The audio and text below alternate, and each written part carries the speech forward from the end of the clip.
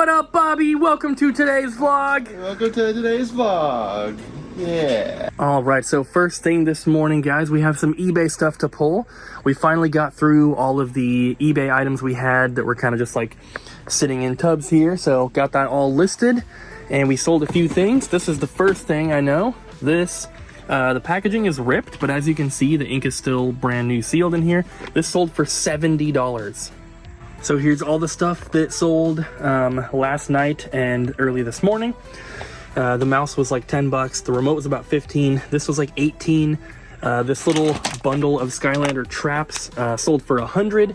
And this smart clock here that is sealed sold for, I think it was like 38. So overall, not too bad. This is a couple $100 worth of stuff. Got some more case artwork printing. Final Fantasy. Dynamite Cop for Dreamcast. House of the Dead 2. Oh my god, so many good ones. Well, I can't do that, so that's all you get to see for now. But Bobby's working on cutting them. Which one did you just finish? Incoming! Just the back though. Incoming! Oh, yeah. I haven't put it in there yet. Yeah. For the Dreamcast. What a dream. There's a handful of disc-only Dreamcast games in there. Some good ones. Is. Ooh! Yeah. I like this one the most though. Seaman. It's got a little, I thought that was a worm coming out of his head, but it's an antenna? I don't know. Yeah. Is it the little light bulb from like the fish from Finding Nemo? Yeah, he's like an anglerfish kind of thing. Yeah. Nice. How come you never let me do arts and crafts during work? Because you choose to run the register. I guess I do choose that, huh? It just kind of happens. Now, who wants to hear the funniest story about this game? Oh, me. I do. We have a customer who's, he started coming in here when he was like maybe 10. Gotcha. And he's a big fan of AVGN. Okay. And Angry Video Game Nerd made a video about Seaman for the Dreamcast. And this kid was obsessed with everything AVGN. So every game that he made a video on, he wanted to get. And so this was one of them. And we used to have like the big box version that comes with the microphone. Yeah. And he was coming in and looking at it, and he's like, oh, I really want to get it, but it's like 40 bucks or whatever, and he had to wait. So then one day he comes in. There's other customers in the store. Yeah. He steps into the front door, doesn't walk up to the register. He stands at the front door and yells to us, guess what I'm here to get today? Seaman. Nice. He yelled it. Was it a pretty full store on top of that? What was that? Was it a full store on top of that? Like, It wasn't like a full store, but there were definitely customers in here, and everyone was laughing, and he knew exactly what he was doing. yeah, okay. That's great. But it was so funny, and it was so unexpected. That's awesome. Because he just like walked in the store, and like 2 seconds later is screaming the word Seaman. Did we still have it? We did, Okay. and he got it. Funnier if we were sold out of And he's Seaman. never traded it in. Nice. So he's keeping it on the shelf. Yeah. That's like one of my favorite things that's happened. That's really funny. Alright, now explain to everybody why it's funny. Yeah, true. Why is it funny, Cooper? So, you know, when two fish love each other very much, and they want to become a mommy and daddy fish, there's like an egg thing, and you ask your grandma. What if my grandma's not alive anymore, Cooper? Yeah. Then God. ask your great grandma. No, he did a whole short about still how kicking it. he doesn't have any of his grandmas anymore. Yeah, true. Grandma cubed. Grandma cubed. Gma cubed. Gma cubed. What's that Star Wars figure that came in? Distractions. Don't worry about that. It looks. And so it Are was you talking about these ones? that like she Those came in yesterday. Well, They're pretty cheap too. no, that is quite. You like them? I do like. I like the koi though. isn't it bad? It's a little He's only $12.99. I know, and he's not going to be here anymore. We put him in as pre-owned because the box is not sealed, but all the stuff inside is like still twist tied in place and everything. I'm gonna have to get the thing. I pushed it back. You're not tall enough. I almost had it. so it's super cute. Get it! Get it!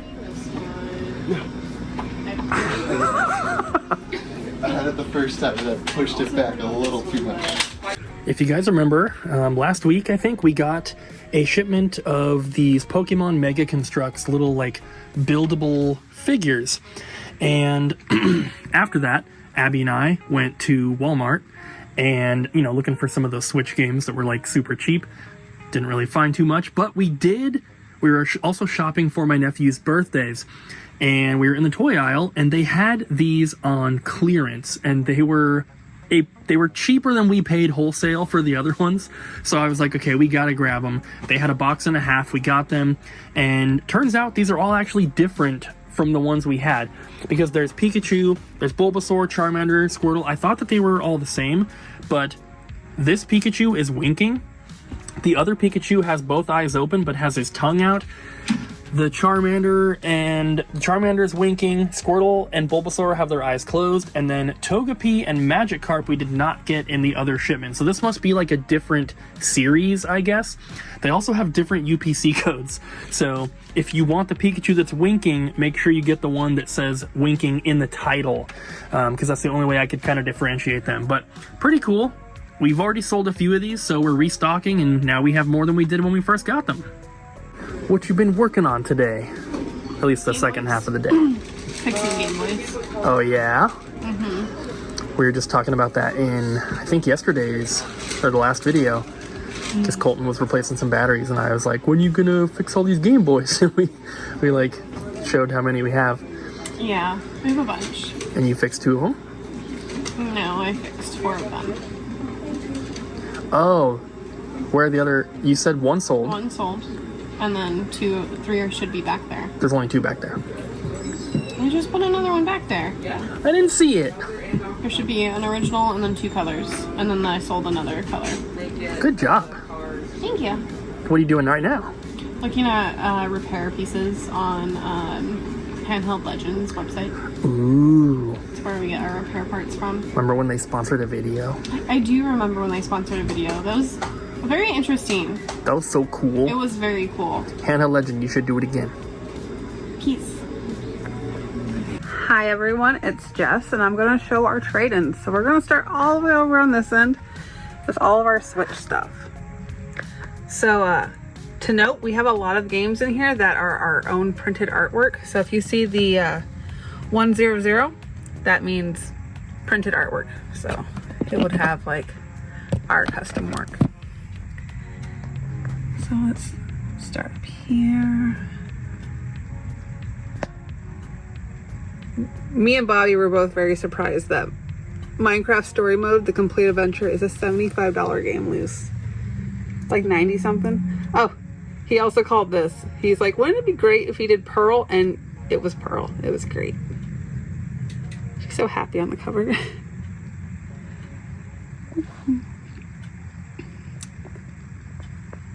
I also like that Mickey Mouse cover.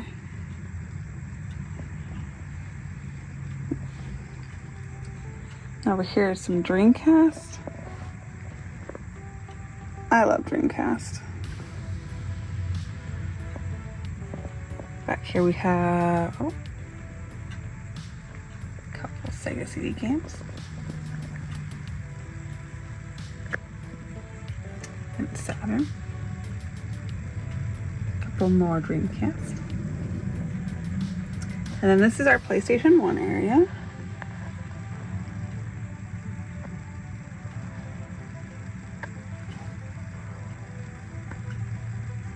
Some cool titles. Simpsons Wrestling is actually a lot of fun. My favorite character is Lisa. She can latch on to people and kind of like bite on them. Some good RPGs. Back here we got a little bit of PS5. Demon Souls, one of Ryan's favorite games. He says the remake for the PS5 is actually really good, but hard. And then back here we have some of our cheaper things.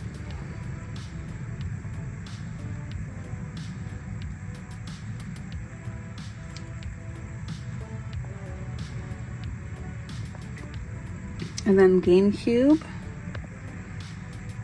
Some good titles.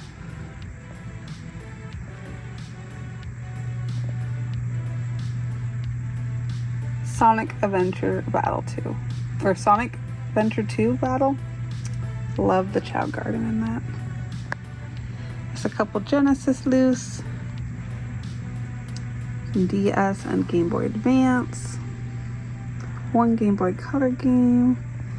A few manuals, not too many. Back here, laying down, we got some more expensive Wii. And then we got some nice consoles in. Abby was being a champ and fixing some Game Boys today, so these are all repaired and good to go. So if you're local, looking for a game system, a couple CDs, and ending off with some PlayStation 2. And that is everything. Thanks for the trade-ins. Bye. Good morning, Abby.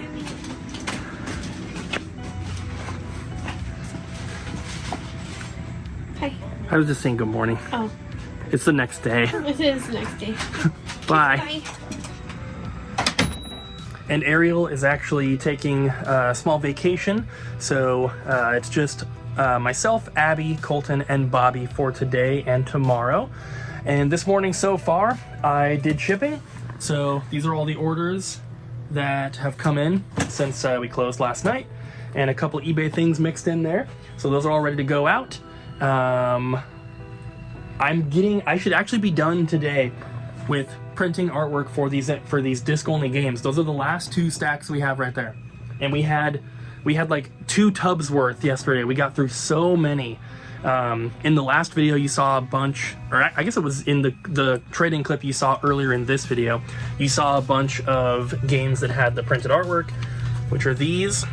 They have the double jump stuff on the back. We have the new address on them now, and the nice artwork on the front, which I do try to make custom if I can, like this one, Resident Evil 4 for GameCube. No one's gonna look at this and think that's the original art, especially with the back and spine being like that. So you're gonna see more disc-only games in the trading clips today, and for now, I'm just gonna get started on this and try to get it done before the end of the day. We've got tags printing right now for a pretty awesome Pokemon card trade.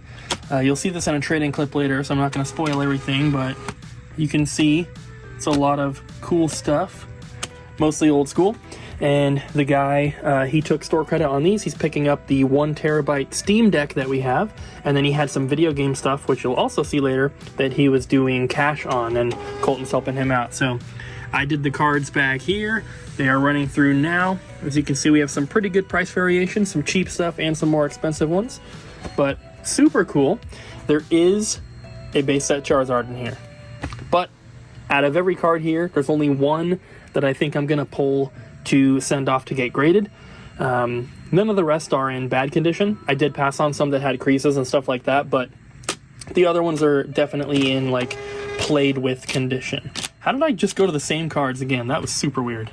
Since you're not going to see this one in the trade clip, I wanted to show you now. This is the one card that I'm going to send off to get graded. It's a Japanese base set Blastoise. This happened to just be the best condition card out of the entire lot, and it's not going to get a 10, but it's in pretty good shape. I am finally done with all of the disc-only games. There's nothing left. And I even did this whole stack here that were not part of it.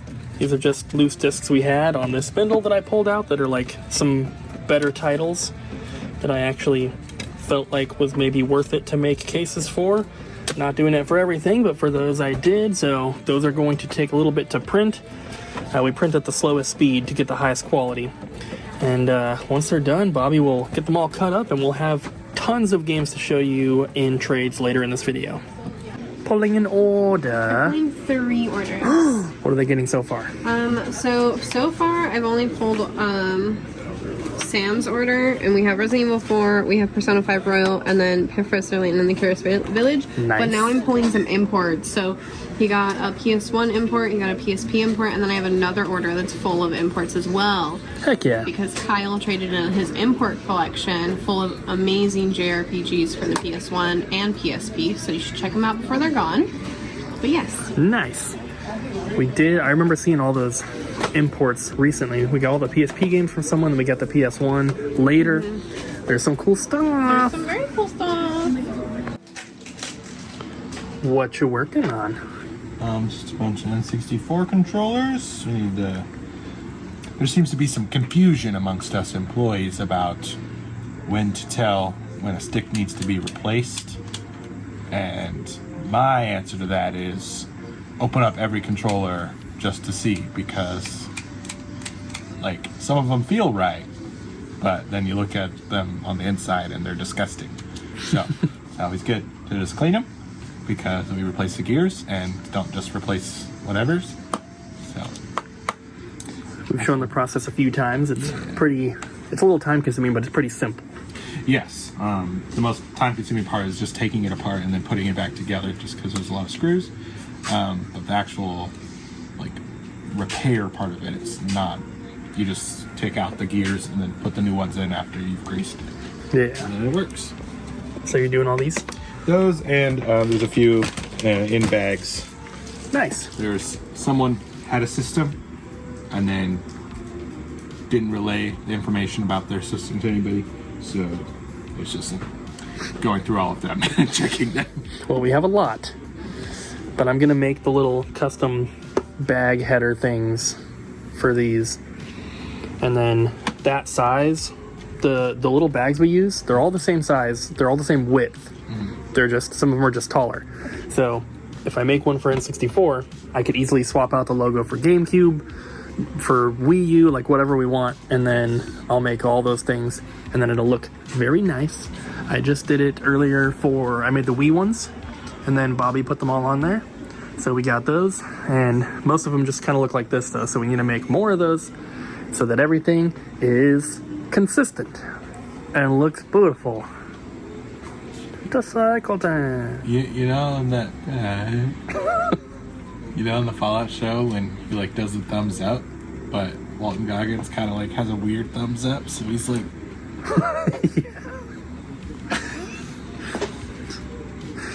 I like that part. Okay, bye. N64 ones are printed, and you can see we have a PlayStation one coming out, so I made them for 64, PS1, and PS2 so far. I printed 25 N64 and 5 each of PS1, PS2. They take so long to print, so I just stopped there because we actually close in just like 12 minutes now. It might finish by the time we close, but we're definitely not getting these on any of the bags today. So we don't have too many trades to look at today. As you can see by all the orange spines, these are mostly games that were loose and we printed artwork for them. However, they are still trade-ins. We just don't show them to you until we make artwork for them. So, you know, some of these games could have been traded in today. I don't really know, but let's say this game got traded in a week ago.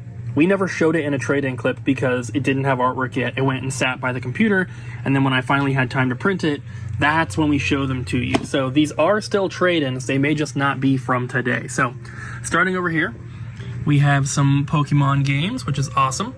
Just make sure to pay attention to the codes here. 111 is complete. If it says 100, that means it's a loose game with printed artwork like that.